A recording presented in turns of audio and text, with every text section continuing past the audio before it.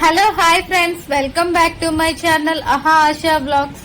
అందరూ ఎలా ఉన్నారండి? బాగున్నారా? నేనైతే చాలా బాగున్నానండి. ఈరోజు అయితే ఎంతో క్విక్ అండ్ ఈజీగా చేసుకునే ఈవినింగ్ స్నాక్స్ అయితే చేయబోతున్నాను. ఇది చాలా టేస్టీగా ఉంటుంది. నేను బిగ్ బాస్కెట్ లో అయితే ఈ అమూల్ ఆలూ టిక్కీని తీసుకున్నానండి. దీని ప్రైస్ అయితే 95 రూపీస్ అండి.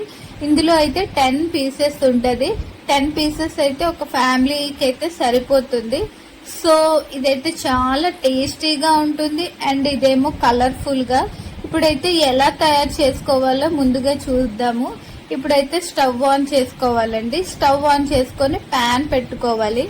ప్యాన్ పై కొంచెం ఆయిల్ వేసుకొని ఆయిల్ బాగా హీట్ అవ్వాలండి.